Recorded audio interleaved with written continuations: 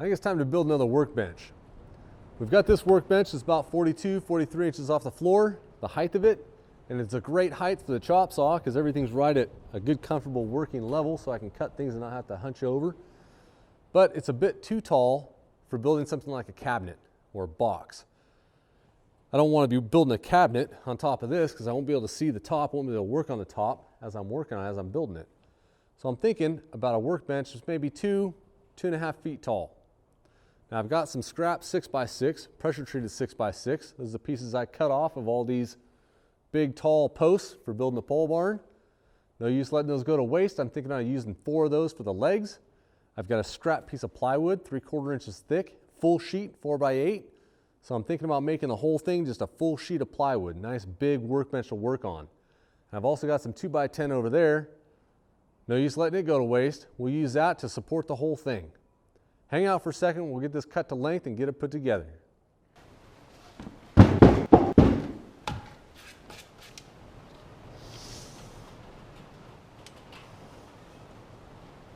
So I'm bringing these legs over and I'm trying to really nail down how tall I want this workbench.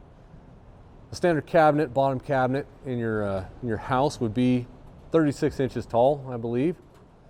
3 foot, if I make the workbench 2.5 foot tall, and you put a 3-foot object on top, that's 5.5 foot. I'm roughly 6 foot. I've got boots on with a decent heel, so maybe I'm 6'1" now. That's still kind of tough to work on the top of something. So I think I'm gonna drop the legs down to 2-foot mark. Put a 3-foot object on top, it's a little bit easier to work on the top of that. And if I need to, if I'm working on something smaller, I can always bring a stool over, sit next to the bench, or bring a nice thick kneeling pad over and kneel next to the bench and work on something. Maybe in the future I have the ability to make it fully adjustable and we redo the legs at that point. But for now, I think we're going to go with 2 foot tall.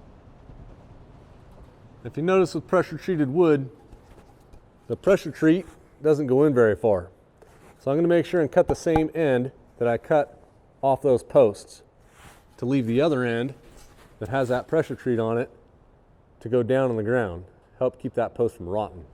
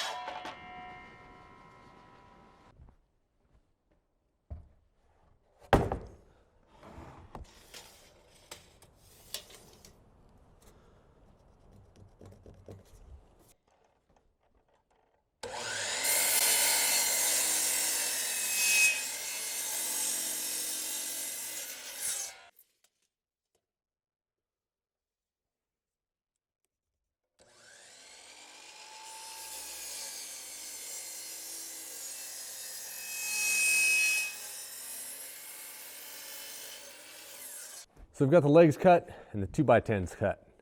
There's lots of different ways to make a workbench. The typical way is to take that 2x10 and put it on the outside of the leg and screw it down or lag bolt it down, maybe add some glue to it for strength. That's the normal way you build a workbench. Just kind of do it that way and you put a top on it. I don't particularly like to build that way because it leaves the strength is in the lag bolts or the screws and the glue that you use.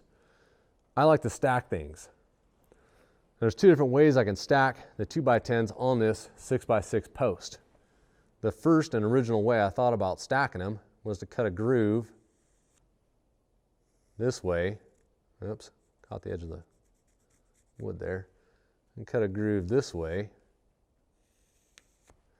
and set those 2x10s in the grooves. One going this way, one going that way.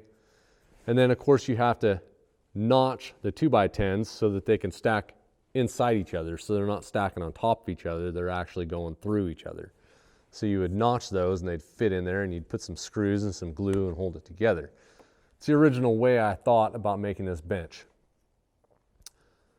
Upon further thought, if I do that, there's going to be a significant amount of that plywood, that 3/4 inch plywood, that's sticking out over the side. And as you're lifting objects up on there, that plywood could get weak, it could start to wear out or break away.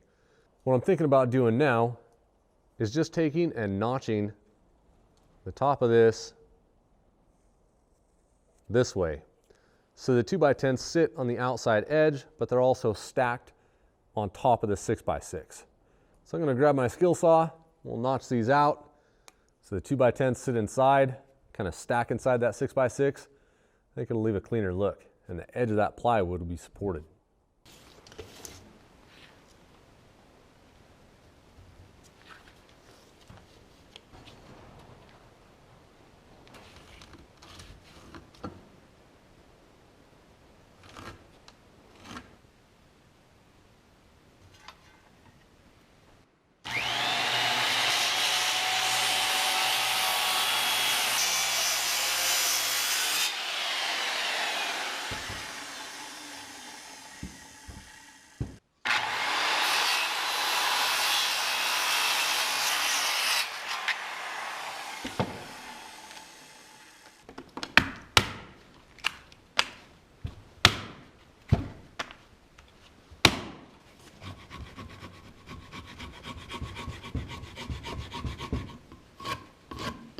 The first two legs, I use the method where you cut cracks, cut grooves with a skill saw and just chisel them off and flatten it out until it's flat.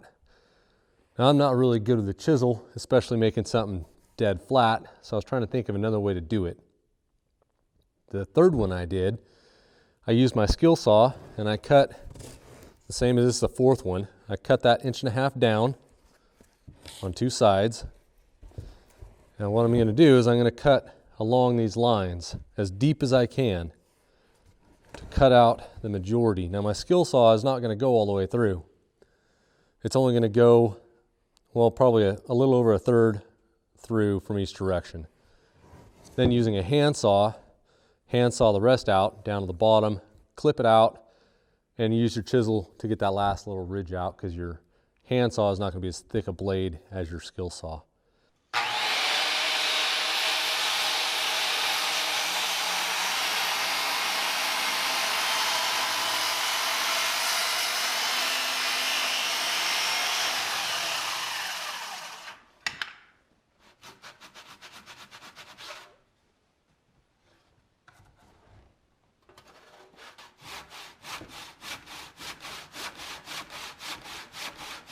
This is all hand sawn off. It's got a little bit of a lip here, a little bit of a ridge where you can see this part needs to come down to this level right here. Same thing on this side. You got this little ridge right here. So you just need to shave off a little there. It's easier for me. It's a little bit more of a workout with my arm and that handsaw, but I'm not so good with the chisel cutting things flat and having all those little grooves there. So this is a little bit easier for me to just shave off that little part and that little part, a little high spot, than it is to shave off the whole thing.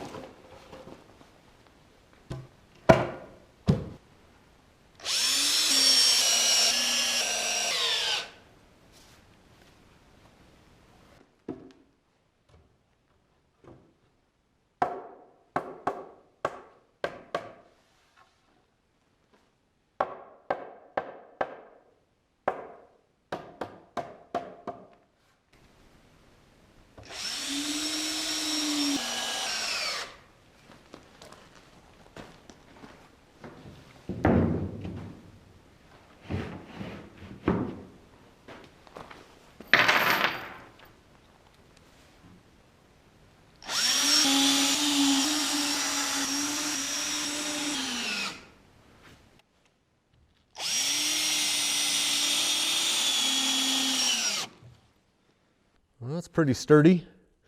I don't know if it'll hold me up, so I probably better not stand on it. I did go back and cut these at a 45 to make that come to a nice little point there.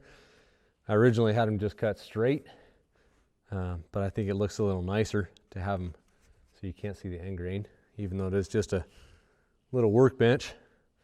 Not meant for much, just building stuff on. So, however, don't forget to hit that like button, the subscribe button, a little bell for notifications, and share the video with your friends.